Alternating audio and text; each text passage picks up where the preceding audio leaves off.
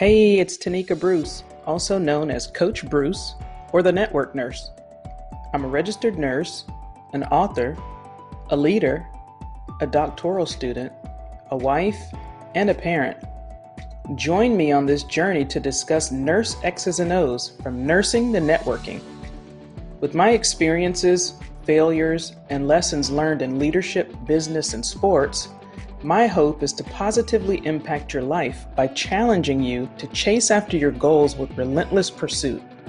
Let's aim to achieve success beyond your wildest dreams. If you're an avid reader of my blog, or maybe you follow me on social media, you probably know by now how amazing nurses are. And yes, I'm talking about nurses, and I'm talking about how compassionate and selfless, hardworking, organized, and even how versatile they are. I mean, the list is endless. In nursing, it can be so fulfilling and worthwhile, but there's also a lot going on behind the scenes. So in this episode, I'm going to share with you some of the ups and downs of the life that a nurse lives, and perhaps maybe through this you might be able to see the beauty of our profession, maybe beyond the chaos that we face each and every day. Before that, let's first off go deep into what we can probably call the not so cool things that we do as nurses. And you might have some idea of some of the tasks that we do. Maybe you watch these medical dramas or hospital shows on TV because they're everywhere. But they're still very far from reality that we face during our shifts. But there are some things that are true. So let's just kind of get to the bottom of it. And I guess the most obvious thing that we do that might scare most people off is dealing with body fluids. And I'm going to become graphic just a little bit here, but body fluids can come in the form of blood, maybe needle stick injuries or splashes of body fluids, whether it be on the eyes or the nose or the mouth. And yes, I have had all of those. And you're just saying, oh, gross. But it's pretty understandable that it can kind of gross some people out here, and that's totally fine. Sometimes it takes a little while to be desensitized to just dealing with some of those things, and for some it might take training and also exposure. Now, speaking of exposure, one of the things that nurses battle, and that is the possible exposure to viruses. And there are many precautions that we can take to protect ourselves against germs and viruses, but there's always a risk of catching something from a patient. There's always this fear of contracting something from our line of work, but that's part of the job. Now, also nurses deal with physical demands. And sometimes we often work very long hours, with most nurses, especially in the hospital, typically working 12-hour shifts. And not to mention, there's just a lot of patient reports and reporting and charting that we have to do before shift change. Some people find themselves putting in 15 and 16-hour days on a normal nursing shifts. So with that said, being a nurse can be tiresome. That is definitely an understatement in this profession. So with all of those things said, nurses do deal with an enormous level of stress and pressure, and something many people forget to acknowledge. While nurses don't get much downtime on the job, they're still required to think critically in life or death situations, and at the same time maintain their composure when working with difficult patients or patients' family. So nurses can also be subject to emotional burnout. For example, imagine if you encountered an accident victim and they're in extreme pain. Now, how many times we've taken care of a mother maybe battling cancer or a child that's having a life-threatening disease.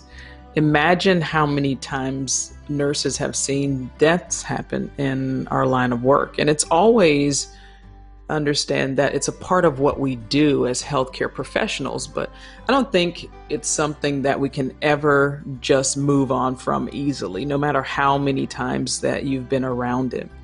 And we make this promise to improve and save lives. So every failure, every oath that we took, it all comes to experiencing that form of detriment to our morale, and we have to understand that that's a possibility. Now, despite all the challenges that we have to face, no, it's undeniably worthwhile to become a nurse because it's a trusted profession and something that people view as a top profession. Now, according to this 2019 Gallup poll, nurses have been the top trusted profession for 18 years. And we outrank other medical professions such as physicians and pharmacists. And I remember looking at that poll, and it showed that 85% of Americans rated nurses and their honesty and ethical standards as high or very high. So that's something that fills our heart to know that people appreciate all that we do with regards to our profession. And an everyday life of a nurse is very hectic. Whether it's assisting patients, checking on patients, doing rounds, monitoring, recording vitals, administering medications, among so many other things.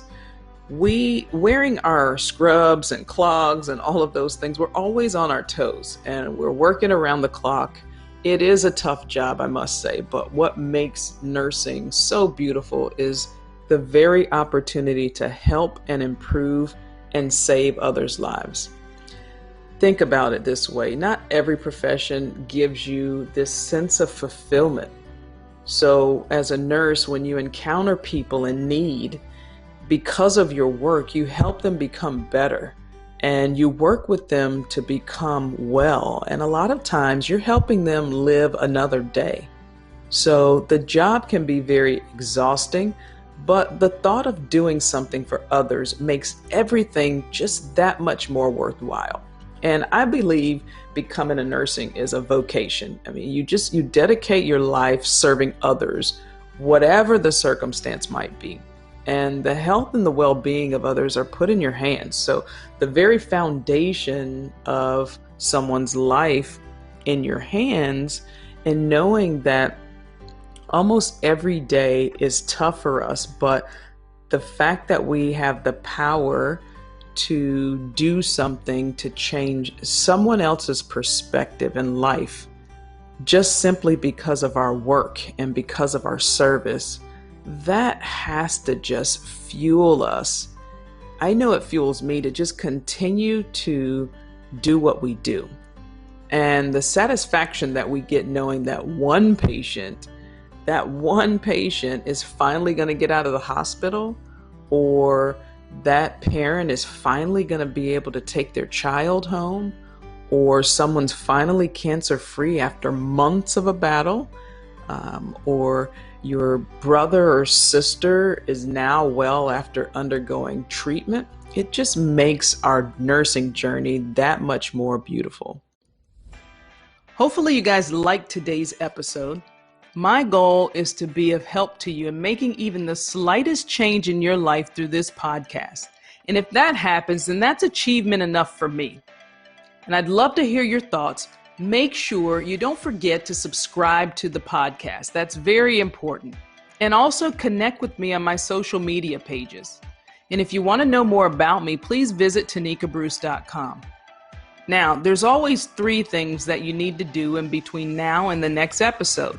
1, don't forget to share it with your friends and family. 2, know when the next episode will be. And number 3, win your day.